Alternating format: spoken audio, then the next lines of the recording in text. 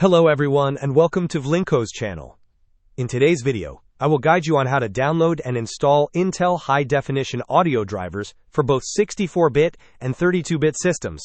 And now, let's get started.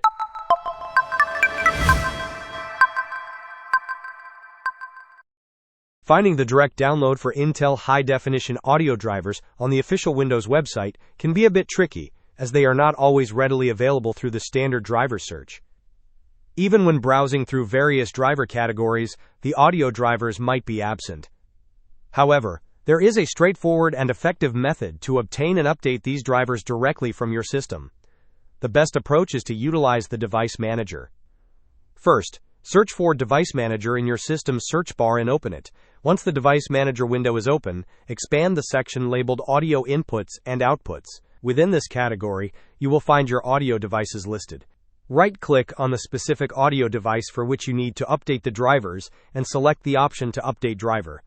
The system will then search for the best available drivers for your hardware, which often includes the Intel high-definition audio drivers.